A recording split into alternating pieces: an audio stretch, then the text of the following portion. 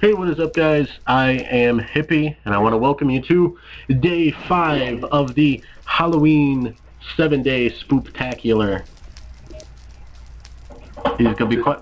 Did you say Spook-Tacular? Spook-Tacular. I got Fatman with us today. Yesterday, you may have heard me mention with my mom that we're gonna tell a story today, but you know, I wasn't there, so Fatman's gonna have to tell it. So, here in Colorado, where'd you go? Nowhere. Are you just wandering around? No. So, here in Colorado, there is a place called Gold Camp Road, and all the paranormal people like to go up there to check it out. So, before he tells his story, there's a little bit of, I guess, evil, spooky history about it. Where'd you come up with the word spoopy? Too spoopy, man. He's just walking around as Hulk. Yeah, I'm dressed up as Hulk. I'm gonna see if I can do this. So, there's been a lot of tragedies down that road. Just set himself on fire. Jump right in the fire. I didn't think I need to put a fence around the fire. Come on. Well, you know, there's little kids that play. So, there's been a lot of bad things that happen on Gold Camp Road, am I right? Well. You've had a truck crash. Kinda. You've had a couple of train crashes. Some train crashes. Once it became a road, you had a school bus crash. Well, technically the bridge, or the tunnel crashed on the... collapsed on it. A cave-in, exactly. Yeah, cave-in. So, the tunnel is supposed to be haunted by the little kids that died in the bus. So, Cindy Lou Who. That's who it is. Little Cindy Lou Who. So there's a couple... Who died in a bus. So there's a couple of things that are supposed to happen up on that road. A couple of things is that you're supposed to see... Like, if you go up with a dusty car, you're supposed to see handprints on your car. Down with a dusty car. You're supposed to have handprints on your car, right? People hear voices in there, and one day, you and your crazy friends, your bunch of hooligans, yeah, you decided to go up there to cause some shenanigans, and some spoopy stuff happened. Am I right? Well, spooky, not really. Well, it depends on who you go with. I mean, some people are afraid of it, a lot of people aren't. This is supposed to be spoopy. Oh, sorry. It was really scary. It was very scary. Everybody, you know, whizzed themselves. It was horrible. Wisdom. Okay, so I'm going to go ahead and be quiet, and I'm going to let you tell your story of Gold Camp Road. Go ahead and start off with a little bit of history of the mine, anything you know of it. Well, from what I know, is originally it was all one giant, like, mountain formation or whatever, and they carved through it to go through what was the gold rush or gold mines here in Colorado, and that's originally what it was, and they would, like, yeah, I'm jumping through the trees, but they would, they used it to build train tracks, to transport the gold, transport the people, stuff like that, to coal through it. Later on, they decided, well, we're gonna like take all the resources from here, and I guess they took all that they could, or all that they could find. Then they pulled out the tracks and kind of turned it into a dirt road, to which then they kind of put like cement and stuff into it to make roads so people could travel to and from the areas. A lot of it was used for just people transporting through the mountain to get to work or to other residents. Anyway, but other residents, yeah, they're all coughing over here. Other residents and anything like that. There wasn't a whole lot of homes until, I don't know, recently when people started building. Anyway, that's all the boring part of it. The good part about it is, well, not good part, but scary part, I guess, is there's been a lot of unfortunate events that happened up there, I would say. A lot of deaths as far as, like, cars or trucks crashing off the... Yeah, a lot of people drive over that cliff there. There's like 2 deaths a year there or something like that, I believe it is. Because people go up there at night, because usually a lot of it is young kids. Well, it's closed off now, right? Hey, is it closed off now? It's closed off now, right? Well, it was. Too many people slid off the edge, so they closed off. They closed it off because it was haunted. The recent rains and everything flooded it out. Ghosts were bringing rain. I'm not even talking. I'm burying myself in a hole. Anyway, because of the recent flooding and stuff that happened up there, they closed it down because it destroyed part of the roads. As far as it being open and stuff now, not too sure. I mean, if you have a truck or a Jeep, you can get up there. Haven't been up there in a long while. But anyway, a lot of people would crash off the side, or as we said earlier, there was a bus that crashed in the 3rd tunnel, to which had, I think, was like 12 kids or something like that on there. It wasn't a full bus of kids. And what year was that? I have no idea what that was. 90s. Okay, people, if you want more information, just go Google Gold Camp Road bus Colorado crash. Springs, Colorado, and it'll give you more history if you're interested in finding out what year that was. If you don't know who that is, that's my mammy. That's my mammy right there. But as she was saying, yeah, you can Google it and find out more information on it. There's also, you can find the information of the deaths. There was this guy that took his wife up there, hacked her up, buried her. There was a couple of the trucks that fell off. They tell us stories about that, who they are, what it was, what the school bus was from, where it was from, what all the kids that were there. I'm not sure if it tells all of them because they were young kids. They were like elementary kids. So they might not have disclosed all that. Got it out. They had to leave them, didn't they? But yeah, they never got them all out. Some of them died on impact, some of them died later on in it. Like, they never got any of it out. You can still see parts of the bus in there, actually. Third tunnel is still closed to this day. Nobody has opened it, which they want to plan on opening, they said, but it's just for residents to move to and from their houses. It's not anything special. But as Hippie was saying, that it's supposed to be haunted up there. That's what the superstition says. And there's things that can happen that people are maybe frightened by or scared of. So, as he was saying, we took a trip up there, me and a bunch of my friends, probably like, I don't know, 3 or 4 cars of us, and there's probably like 4 people in each car. The names, there's too many of them to even recall. But anyways, as we're up there, the first tunnel, there ain't really nothing in it. You can sit in the first tunnel, you know, you're supposed to honk your horn 3 times, so the superstition says, and something comes up and touches your car, rocks your car. Never happens. Has never ever happened for any of us. You honk the horn, it just echoes and scares everybody. Now, with this, when it goes from the first tunnel to the second tunnel, it becomes a one-way road. And on this one-way road, this is where everybody usually falls off or crashes and then either leave their car there or they end up dying there. It's just how it works sometimes. When people come through, you have to move to the side as much as you can if people coming down, because when you're coming down, well, your brakes don't really work because it's kind of on a slant.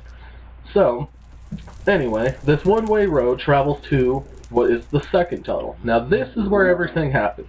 The second tunnel still has like quote-unquote handprints that they said were left there from like paranormal activities, but what they really are is what we think is people like carved their hands into it. But the scariest thing about the second tunnel is where everything happens. You honk in the first tunnel, like I said, nothing happens, but when you get to the second tunnel, you're supposed to shut your car off, shut their lights off and everything, and sit there, which is highly dangerous because the people that are coming through from the third tunnel down to the second tunnel don't see you in the tunnel at night.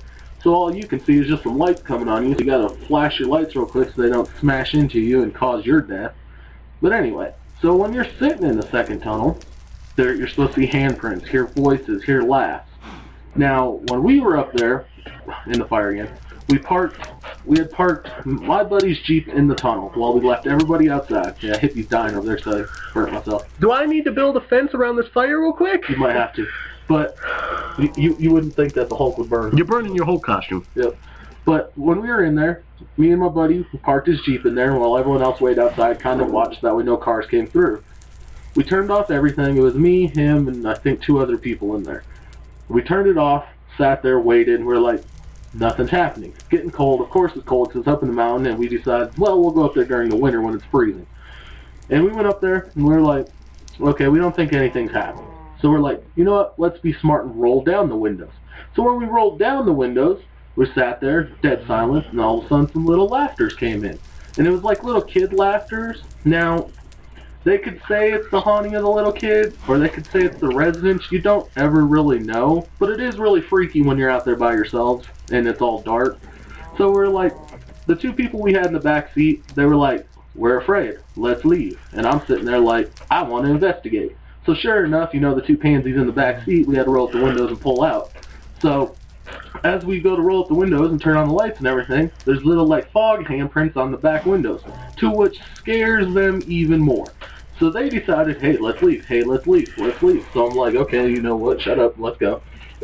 So we pulled out, went around, took off, and went back down, dropped them off wherever they wanted to go. And me and my buddy decided, let's take the rest of the people up there that aren't afraid and see what we can find. Let's go to the third tunnel this time. So as going to the third tunnel, we were like, let's stop in the second tunnel, see if those handprints show up again. So we were like, okay, so we stopped, cleaned off all the windows this time. All dirt, all fog, anything that we can clean off, condensation, whatever, rolled the windows down, kept them down again like we did. Heard the laughter again the second time while we were up there.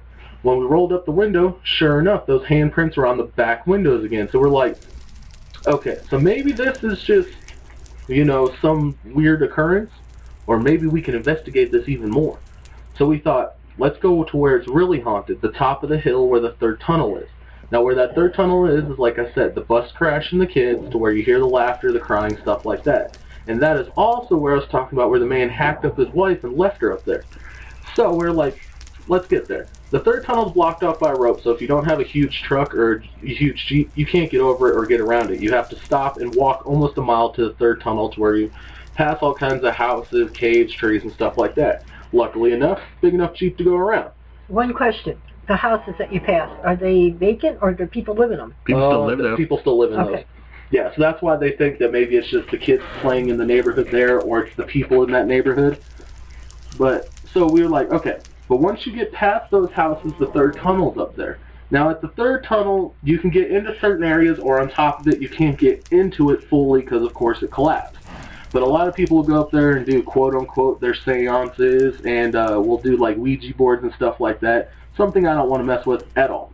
But I will go up there to investigate, see if I can find anything. So as I took a walk up there after we parked by the tunnel, we're walking around, we start hearing little laughters again and little cries. We're like, okay, so maybe this is...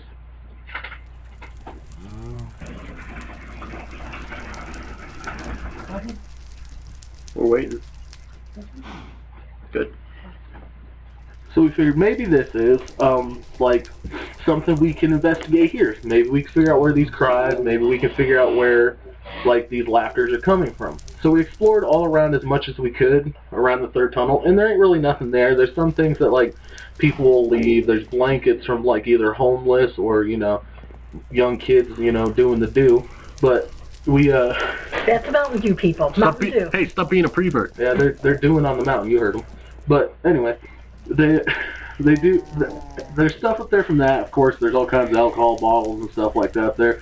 But if you go up there, there's like little messages carved into the mountainside, or little markings from people there, and they have some of the names of the kids, which are really weird. And they're supposed to be, as much as you can believe about this, whoever believes it or not, they're supposed to be, little ghost or fog-like little figures of a little girl who lives up there that is from the bus. She has never left because she is trapped there. Now they say you can see her, but you have to be up by the third tunnel, and you have to talk to her up at the third tunnel. Now see, once we realized that they said you have to talk to them, all the other friends that I had with me decided, we're not going to talk to a spiritual tonight because we're too afraid to do so. Me, I wanted to stay there, but of course me not having a ride there, it was them that drove me there, I couldn't do it. So, to this day, I still have a plan of being able to go up there and seeing if I can talk to this little girl and see if she will really show herself. Pictures have shown orbs, pictures have shown like fog figures of them. I want to capture my own myself and see if maybe I can connect with this little girl, or even talk to this little girl or see her, or anything of the sort. So basically, that's kind of a little bit of the story of Gold Camp. When I went up there, what we experienced, and what I will hope to experience when I go up again, or whenever I go up again, with whoever it is.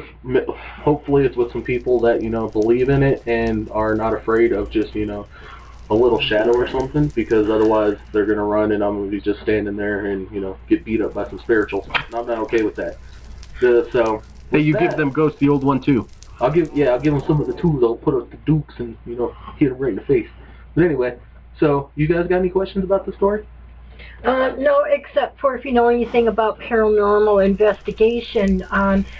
When you go up, then you can see images and hear things. They say it could be an imprint, but if you're actually experiencing little hands on the window or your car, then that's something different. Correct. Hippies? Anything? Why are you humping the fire? No, I'm not. What are you talking about? No. So that was the story of Fatman when he went up to Gold Camp with his old crazy drunkard friends. Hey, we're all sober. I'm hoping you guys will join us throughout the next couple of days of the 7-day Spook-Tacular. I've been Hippie. And I've been Fatman. See you guys. Mammy. And she's Mammy. I'll see you guys next time. Later, guys.